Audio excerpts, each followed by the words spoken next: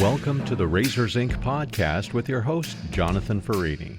If you have spent any amount of time with this weekly podcast, then you know it's not always about the highest achievement in film and television. And to be real, sometimes not even average achievement. But hopefully Jonathan's weekly takes will force you to think about why some shows, movies, and performers become so memorable. So pour yourself a drink, pull up a chair, and hear Jonathan's take on movies, television, and today, a B-movie starring a man who could have been an A-list actor. Here's your host, Jonathan Farini.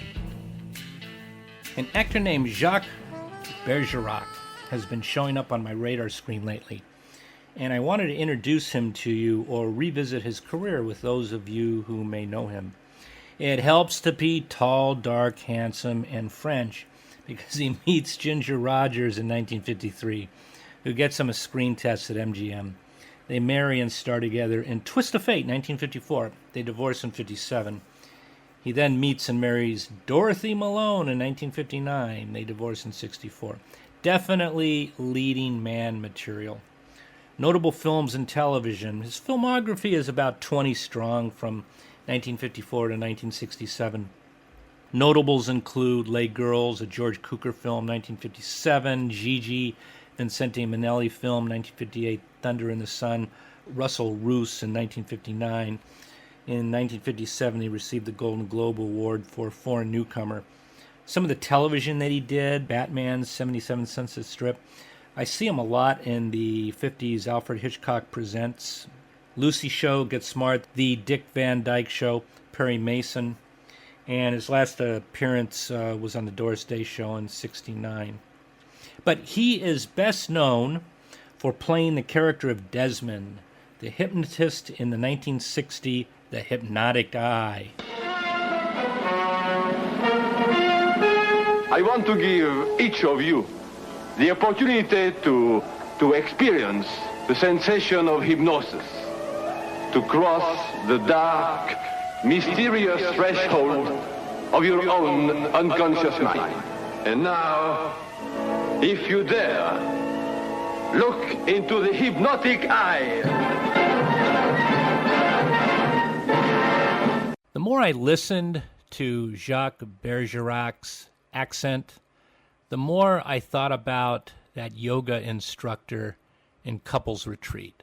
Hello. I am so sorry I'm late. I just swam from the other side of the island. Please, allow me to put on something more proper before we can begin. Thank God. There we go. Much better. Now, who is ready for the yoga? It's a campy Saturday afternoon matinee B-movie, horror movie, much like William Castle's House on Haunted Hill, 1959, where the skeleton comes up out of the vat of acid, and they rig a skeleton inside the movie theater, and it slides down a wire, scaring all the moviegoers. And his Tingler, 1959, where it's a centipede that gets loose and chokes people out, and they tie a wire to a rubber centipede and drag it down the aisle of the movie theater, scaring everybody. Both of those films starred Vincent Price. Back to the Hypnotic Eye. Desmond and his beautiful assistant Justine have a hypnosis show. It's typical, but the assistant will help Desmond draw out beautiful women who are shown the hypnotic eye, which causes them to go home and mutilate their faces in hideous ways. Acid, scissors, etc. They never remember who, what, or why. A cop and his in-house psychiatrist, go figure, seek to find out the reasons for the mutilations. Spoiler alert. I'm going to reveal the ending right now.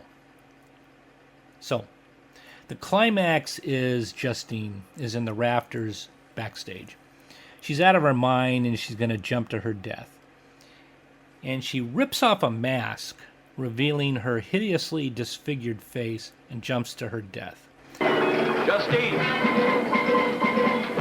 Justine, stop right there or I'll shoot! Shoot! Go ahead, shoot! I'll take her with me. Justine! Come down! Justine! Please come down! You're young yet. You have your whole life ahead of you. What kind of a life?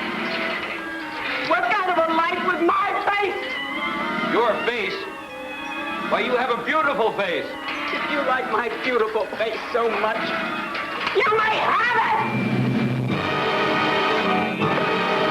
Now look at it! Kill him, Desmond! Kill him! Steve!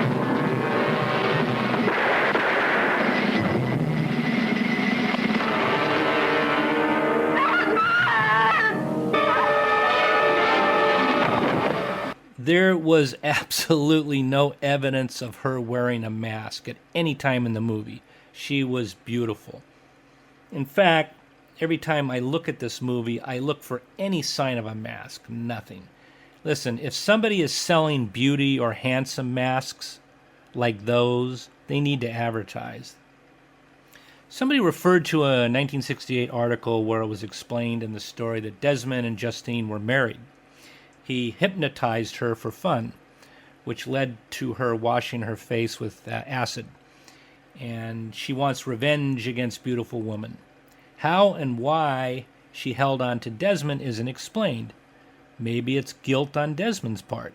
He's definitely a player because he seduces the women picked from the audience by Justine. From a writer's perspective, it's actually a twisted, delicious relationship. Quote, I'm just writing this offhand. Desmond, I let you play with beautiful women, but you stay married to me. Further, when you're done with them, I get to play. Unquote. It's a black and white film with extreme close-ups, with a key light on Desmond during hypnosis, just like Bela Lugosi, close-ups. Desmond's face and eyes are extremely hallucinating and hypnotizing. During his gigs, I actually found myself looking away. Check out a guy named Lawrence Lipton reading a poem in a beatnik club. Let me hear that beat, man. That's the beatest beat. Confessions of a Movie Addict, or the Holy Barbarian Blues. I was a teenage movie monster. I cut my teeth on Clara Bow. I dug Rudolph Valentino. I was hooked on all the vampire movie queens. I rode with a posse and cut them off at the pass. I was thrilled by the Thing from outer space. Man, I was a mess. Then I was turned on by Shakespeare, Plato, Aristotle, Edgar Guest. I saw Charlie's Aunt in the original uncut version. Crazy, man, crazy. One day I wandered drunk, dazed, wild-eyed, into an art movie house. You know, blue smocks with subtitles. Now I'm cool, man, cool. I've kicked the movie habit. I'm off to make the interstellar scene. Aloha, dos vidano, au revoir, goodbye. Later, man, later. Why is there a beatnik club in this film? Well, Desmond takes one of his victims out on the night, and they end up in this beatnik club. But it's really important to understand the beatniks. You know, they were like the 50s, early 60s, just before we were going into the folk music period of time. You know, Lawrence Ferlinghetti, Allen Ginsberg, all those guys. So Lawrence Lipton in this beatnik club reads this poem titled Confessions of a Movie Addict. And it's not a bad poem, but it sounds like me, and it's a real bummer. There's not much explanation given for the mutilations, except Desmond asks his beautiful Justine, how many more? And she replies, as long as there are faces like this. And she's pointing to a beautiful woman which had been hypnotized and seduced by Desmond. The final scene of the movie is the actor Guy Prescott playing the psychiatrist Dr. Philip Hecht comes out and facing the audience admonishes the audience essentially to don't try this at home, this hypnosis stuff. Ladies and gentlemen, a word of warning. Hypnosis, although an important and valuable medical tool, can be extremely dangerous when improperly used by untrained or unscrupulous practitioners. Therefore, never allow yourself to be hypnotized by anyone who is not a medical doctor or who has not been recommended to you by your doctor, not even in a motion picture theater. Thank you. Many audiences of the time were furnished with balloons with the Hypnotic Eye printed on them. And whenever Desmond looks into the camera as if he's looking at the audience and performs hypnosis, this trick or this gimmick was called hypnomagic. Amazing new audience thrill. It was an interactive exercise, a lot like that William Castle stuff. I was born in 1958, and I don't know what was in the drinking water, but it was a funky time with Hypnotic Eye and the William Castle films. I will say the women and their wardrobes of the 50s and early 60s were really sexy. Back to being tall, dark, handsome, and French-speaking. Jacques' last appearance was on an episode of the Doris Day Show in 1969, after which he left show business and became the head of Revlon's Paris office and of the Perfumes Balmain Company. He lived a long life, 87 years. He died in 2014 at his home in a beautiful southwestern beach town in the south of France.